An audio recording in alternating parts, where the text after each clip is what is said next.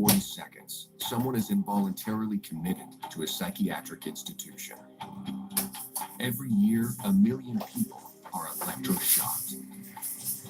And worldwide, 120 million people are now prescribed psychotropic drugs, 20 million of which are children. Each year, the psychiatric pharmaceutical industry rakes in $330 billion. Yet they cannot lay claim to a single cure. But protecting the public from lethal psychiatric practices and defending the rights of its victims is the Citizens Commission on Human Rights. It all began in 1969 with the case of one Victor Ghiori. He had been unlawfully incarcerated in a mental institution for babbling incoherently. But in fact, he was merely speaking his native tongue, Hungarian. Securing Ghiori's release was the first of thousands of cases championed by CCHR. In Australia, CCHR exposed a deadly psychiatric practice called deep sleep therapy, wherein patients were placed in a drugged coma and electroshocked. Not only was it done without their consent, 48 patients died during the treatment. CCHR fought on behalf of victims until the hospital was shut down and deep sleep banned. Then, in South Africa, CCHR uncovered the existence of psychiatric camps where tens of thousands of Africans were brutalized and used as slave labor. Subsequently, the World Health Organization and post-apartheid government investigations condemned psychiatry's racism and abuse. In Italy, a CCHR investigation revealed that some 15,000 children in Trento were seized from parents and placed in psychiatric institutions. CCHR set precedent after precedent in Trento courts, and for the first time in Italian history, children are now protected through a city resolution proclaiming that psychiatrists may no longer dismember any family unit. Then again, in Japan, CCHR exposed patient abuse and the financial crimes of psychiatrists and hospitals defrauding the government and taxpayers out of millions. The guilty were convicted and patient protections implemented. While in the United States, CCHR uncovered $1 billion fraud in the nation's largest chain of for-profit mental health facilities. Dozens of prosecutions ensued, with millions of dollars in fines imposed, and the entire chain of corrupt hospitals was closed. And in Israel, CCHR documented a litany of psychiatric crimes that included assault and battery and grievous bodily harm. This led to an official investigation by the Ministry of Health and a raid with no less than 150 police officers on a private clinic. Ensuing public outrage contributed to the ministry ordering that all remaining Israeli private psychiatric hospitals permanently close their doors. To further bring an end to psychiatric human rights abuse, CCHR works with lawmakers, doctors, and like-minded groups to bring about protections for patients. Such as in Europe, where the European Medicines Agency slapped antidepressants with suicide warning labels for children and youths.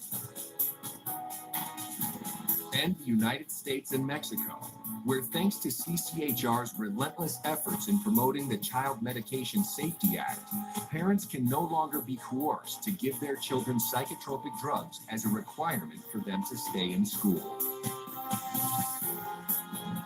All told, it's better than 220 laws and 400 official drug warnings, forever safeguarding the public from the dangers of the psychiatric industry. CCHR's international headquarters in Los Angeles, California, serves as a public information clearinghouse, documenting psychiatry's harmful practices and publishing its findings in some 18 languages. More than 20 million copies of their publications have been distributed to healthcare professionals, government officials, educators, and business leaders around the world. CCHR's headquarters is also the site of the world-renowned museum, Psychiatry, an Industry of Death. Centered around 15 documentary films, the exhibition presents the unvarnished history of psychiatry, from its origins and practice of putting the mentally ill in cages to the present-day mass drugging of society as the cure for invented mental disorders. Nearly 250,000 visitors have toured the museum, which is an essential part of the curriculum for several local educational institutions. CCHR further sponsors a fleet of Industry of Death traveling exhibits, visiting scores of cities worldwide.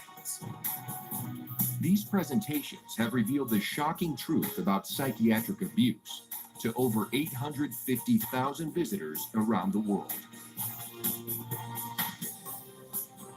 While to reach still more with the truth and raise public awareness, CCHR has produced a series of multi-award-winning documentaries exposing the abuse and deceit behind psychiatry's pseudo-scientific facade, its overdrugging of children and the military, the irreparable harm of its treatments, as well as the financial driving force behind it all.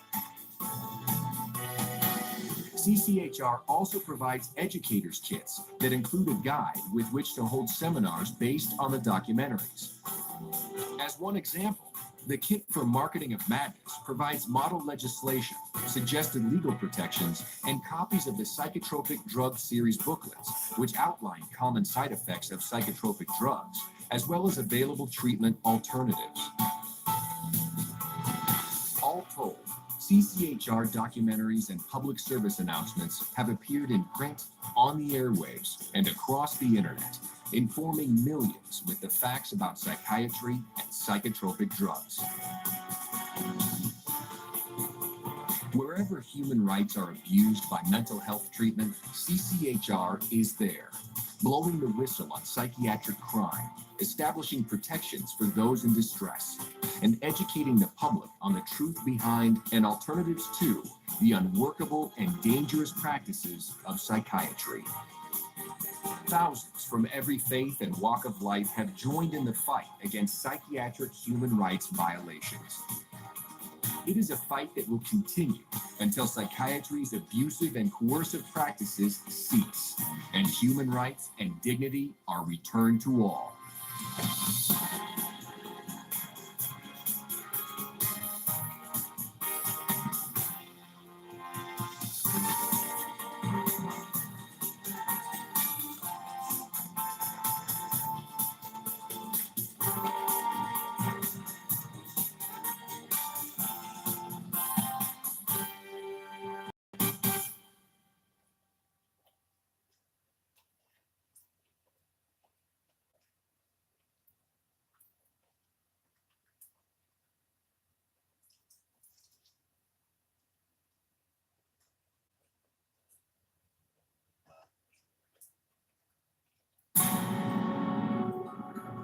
I was diagnosed with a chemical imbalance, manic depression. They diagnosed me with having ADD, conduct disorder, ADHD, mild depression, Major depression, borderline personality disorder, social anxiety, severe depression.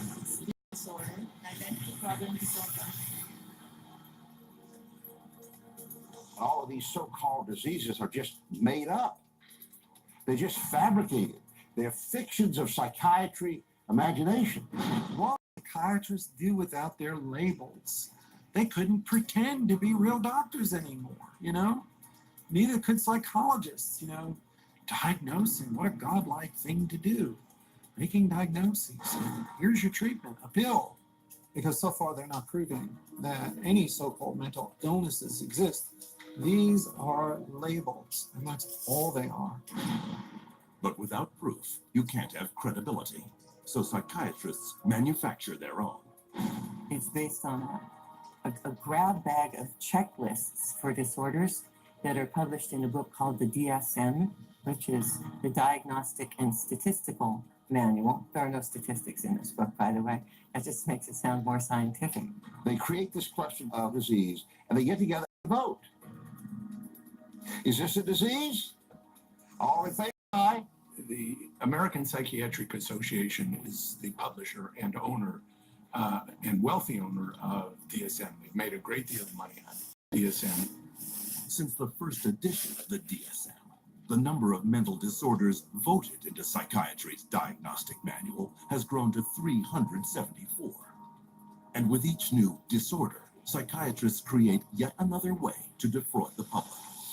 If you have 27 ways to bill in DSM, that's 27 ways to bill. If you have 300, that's 300 ways to bill. So you can pretty much find anyone on the street that can fit into a DSM somehow. When you build insurance companies, you can't say the word. You've got to send a number.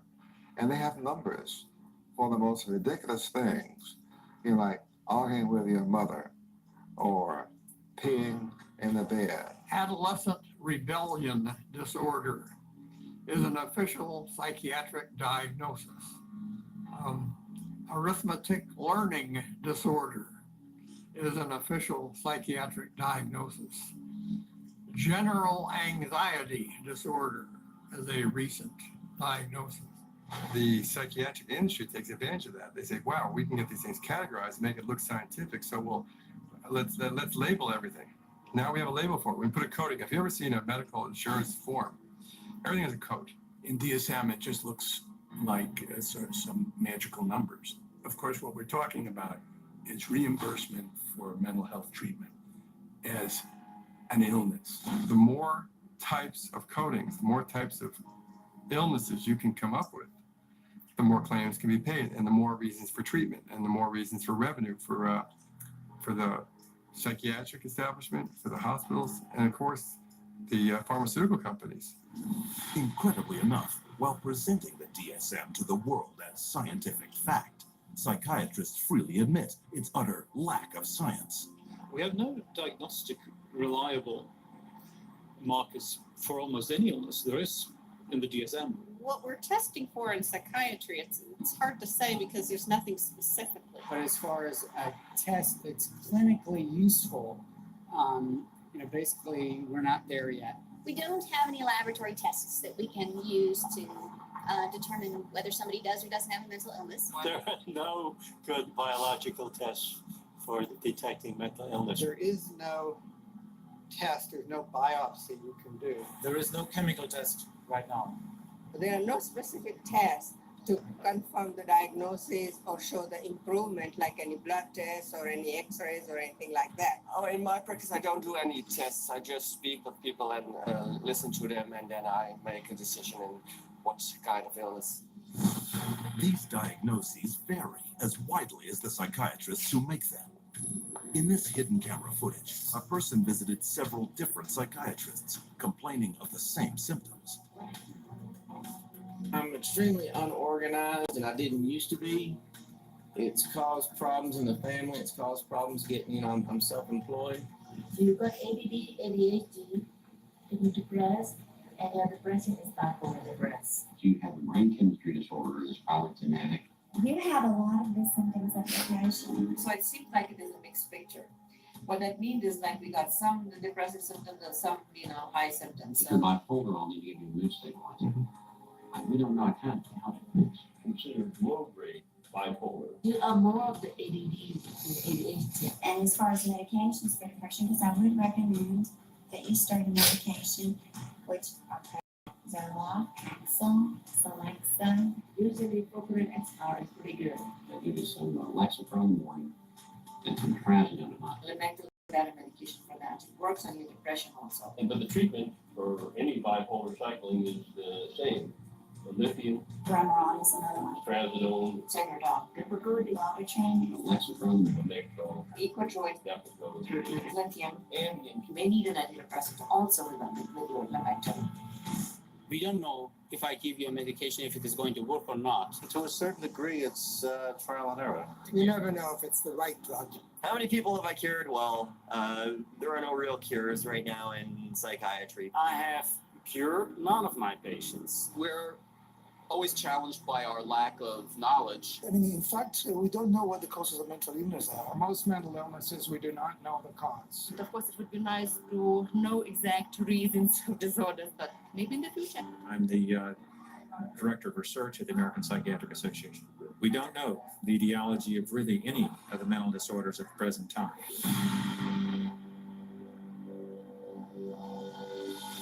DSM-5, it's grown to 10 times its original size, and it labels everybody. I could find 5 diagnoses that would fit you or anybody else in there. Compare this to the research methods of pathology, a real science that discovers real diseases using a wide variety of precise diagnostic tests. We do millions of laboratory tests as well as the structural examination and the microscopic examination.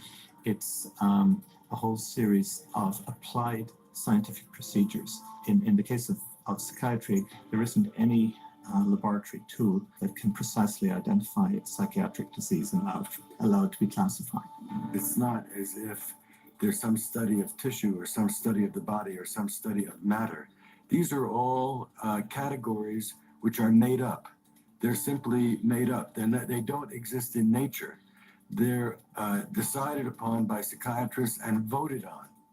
Psychiatrists are not the only ones who benefit from the DSM. Wherever you find a psychiatric diagnosis, you'll find a psychiatric drug. The pharmaceutical corporations now contribute enormous sums of money for the education of psychiatric residents and for the support of research by their professors, so that psychiatry today has become in America, has become very largely learning which drug to use with which disease or disorder. This to me is completely unethical, untenable, unacceptable for this to occur. The web of money is all over the place. It has compromised psychiatry, and now it's compromising psychology. And worst of all, it's compromising the patients. In 2006, a study revealed that 56% of all psychiatrists deciding what disorders to list in their diagnostic manual had financial ties to drug companies. Today, we see the consequences, a barrage of drugs, each one targeted at an invented disorder that is backed by an arbitrary diagnosis found in the DSM.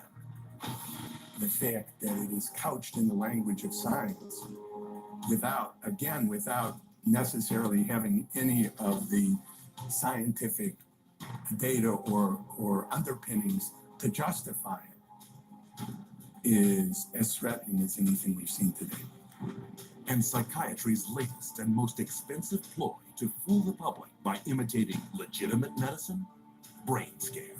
We can scan all the brains we want to. The fact that we see changes in different people's brains, changes in functioning, doesn't mean that we've discovered anything that has its origin in the brain.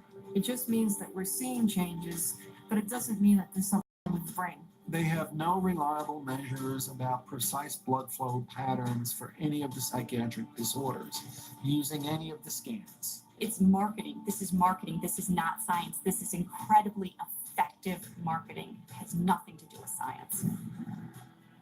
Psychiatrists and psychologists use the DSM to label 450 million people worldwide as mentally ill, a total equal to the populations of France, Italy, Germany, Canada, the United Kingdom, and Russia combined.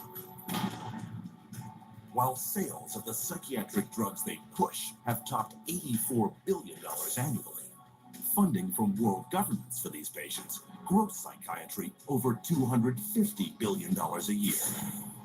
And much of this money comes from the diagnosis and drugging of our most trusting and vulnerable.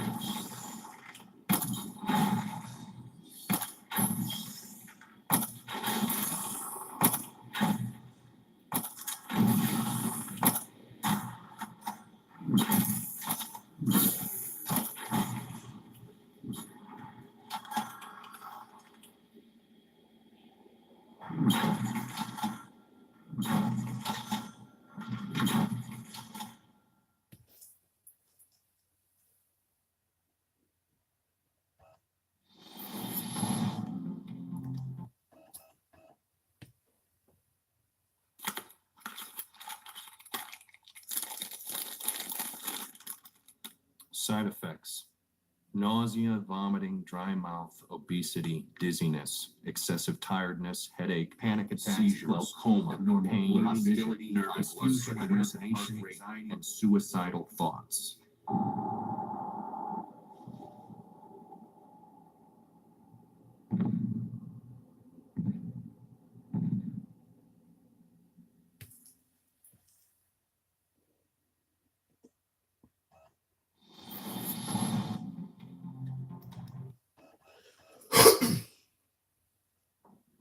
What are drugs? What else are they? What if they say they're safe? No! What if they say you're gonna feel better? So what are you going to say when someone says you need to take drugs? No!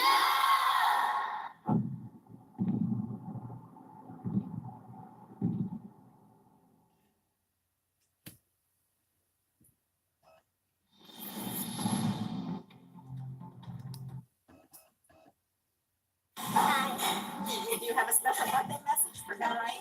That'd be true.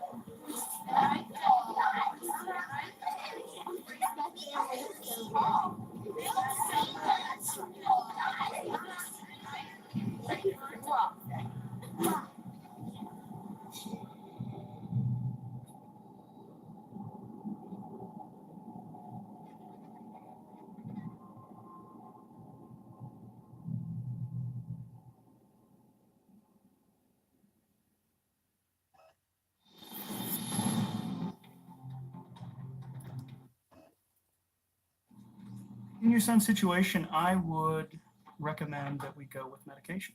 This is what I go through, y'all. These side effects include mania, aggression, hostility, psychosis, homicidal ideation. At least 8 of the recent school shooters have taken these. Let's see.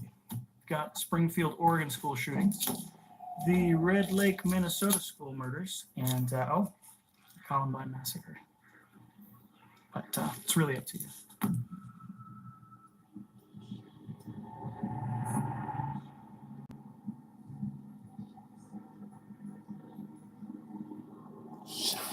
Shut.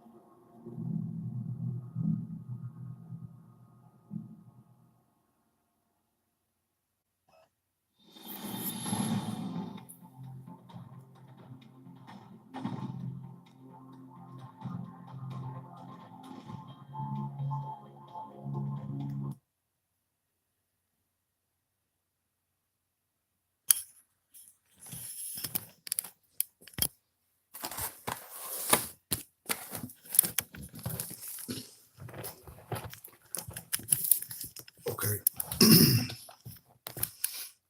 So you see, you done saw the truth for yourself. I've been there, wasn't nothing wrong with me. And everything y'all see is what I've been through. Doctors be like, talk to me for a few minutes and they make their own decision. But it don't even be no few minutes. It'd be a couple of seconds. Because they're getting paid. And most of them, majority of them, ain't white folk, ain't black folk. It's them Arabs. Now you notice a lot of them coming over here from India, Indonesia, Egypt, Arab, Saudi Arabia, Czechoslovakia. A lot of these bookers, they work and they practicing psychiatric. They practicing law so they can get away with murder, which makes murder legal. So folk can run around and label me and say, well, yeah, he crazy, he's suicidal, he homicidal. I ain't neither one of them. But see, the whole plot was to continue to give me those pills. So eventually it'll happen. I've already got problems in my reproductive organs. I got health problems. I got pericarditis. I shouldn't be taking this stuff with pericarditis. And it's funny how whenever the nurse would give me something, it's a black marker rubbed out the title of the name of the prescription or whatever it is. Because it ain't really what she giving me. It's something else. Look, y'all can point the finger and say this, that, and the third and say I'm still lying. But if you still think you're getting away, like I've been telling y'all, it's going to get real scary in a minute. Because see, Barbara Thomas know more than what she's talking about too. I ain't speaking evil of her. I'm not. But she said it's some money owed to you, Rod. Some money owed to you. You see people on here talking about they was highly emotional or they was talking too much or whatever, or they got a label for everything.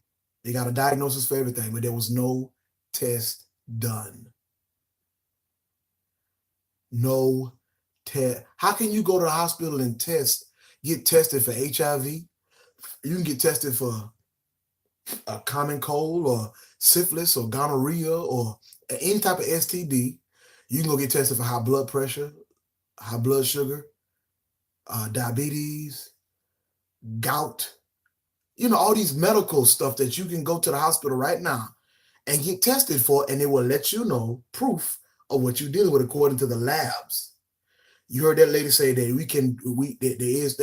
one of them said that there's no labs. You can't do blood labs and get a result for mental instability. Now y'all tell me why the Social Security. Look, I ain't gonna. Should I say that, Father? Look, I'm not crazy because I say should I say that, Father. That's my freedom of religion, which is what started this whole thing in the first place. Oh, it was probably beforehand, because I've always been labeled the black sheep. But this is what came into play to make it look like I was really cuckoo, but I'm not, and I'm not. Y'all know I'm not. All y'all, all across the CSRA, all across America, y'all know who I am. But guess what's finna happen? Guess what's finna happen? You saw that for yourself. The exact same thing them people that spoke about, whether it be on the doctor side or patient side or the people who made this documentary, is what I've been going through.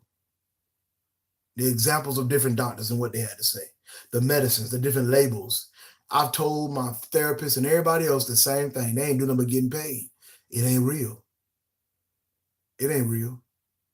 Now, y'all continue to lie on the man of God if you want to. You're going to jail.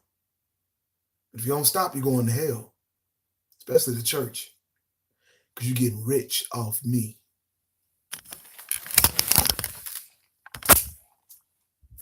Be careful.